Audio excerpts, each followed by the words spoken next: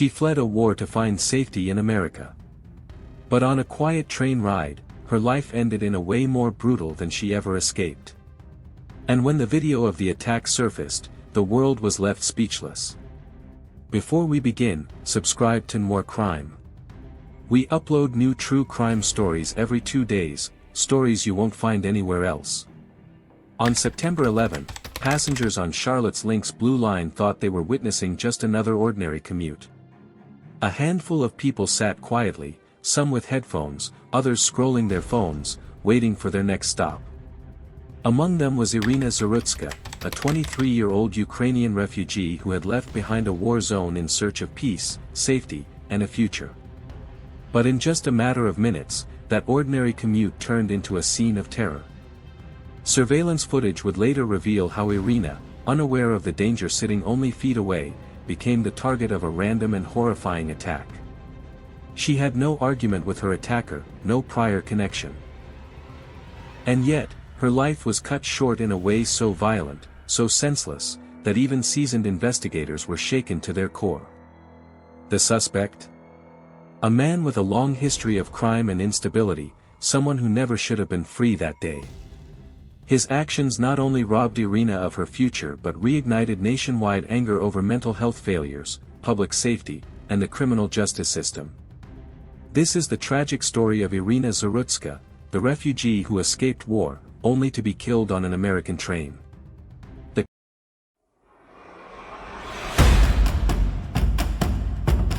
On September 11, 2025, when the Lynx Blue Line train pulled out of a station in Charlotte, North Carolina.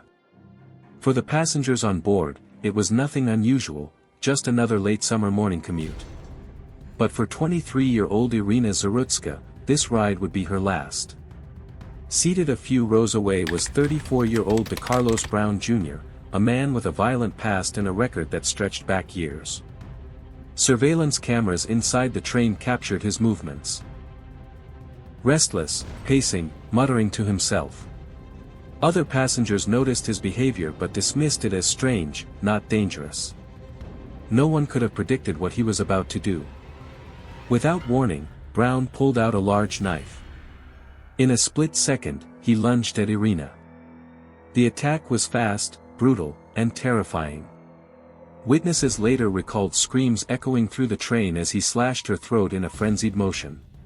Some passengers tried to move away, others froze in shock, and the train screeched as the emergency brakes engaged. By the time help arrived, it was too late. Iryna lay bleeding, her life slipping away before paramedics could reach her. The attack had lasted less than a minute, yet it was enough to end a young woman's journey forever. Passengers were left traumatized, unable to comprehend the horror they had just witnessed. Some described feeling helpless, trapped in a moving train, watching an innocent life taken in front of them. Police arrived within minutes and apprehended Brown at the scene. He offered no resistance, as if the violence he had unleashed meant nothing at all. But for Iryna's family, friends, and the community she had just begun to call home, everything had changed in an instant.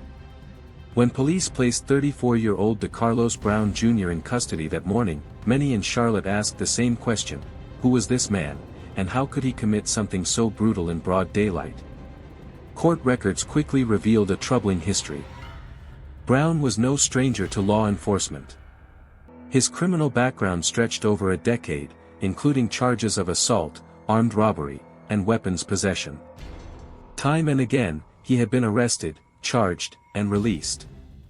Each release carried the same silent warning: sooner or later, his violence would escalate.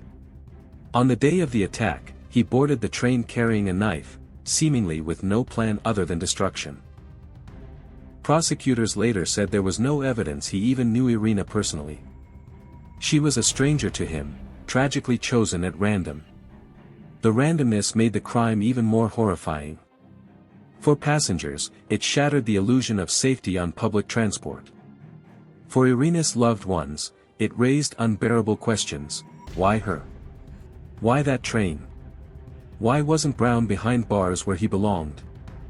As he sat in police custody, showing little remorse, outrage spread across Charlotte. The community wasn't just grieving Iryna's death, they were furious that a man with such a violent history had been free to attack again. Calls for accountability grew louder, demanding answers from the justice system that had allowed him back onto the streets. Iryna loved traveling by train. It gave her time to reflect, to listen to music, and to think about her next steps. On the morning of September 11th, she was simply on her way, like thousands of others across the city. She had no idea that her normal routine would collide with unimaginable violence. Her journey, cut short so suddenly, left behind shattered dreams. Friends say she had spoken about wanting to further her studies, to pursue a career where she could help people. She wanted to give her younger siblings the opportunities she never had. She wanted to make her parents proud. Witnesses recall the chilling moment. A man, described as erratic and visibly agitated, suddenly pulled out a knife. At first, many thought it was some kind of argument gone too far.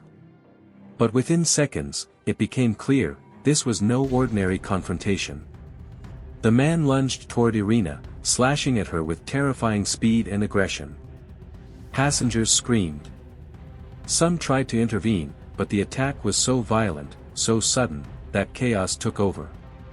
In a confined train carriage, panic spread like wildfire.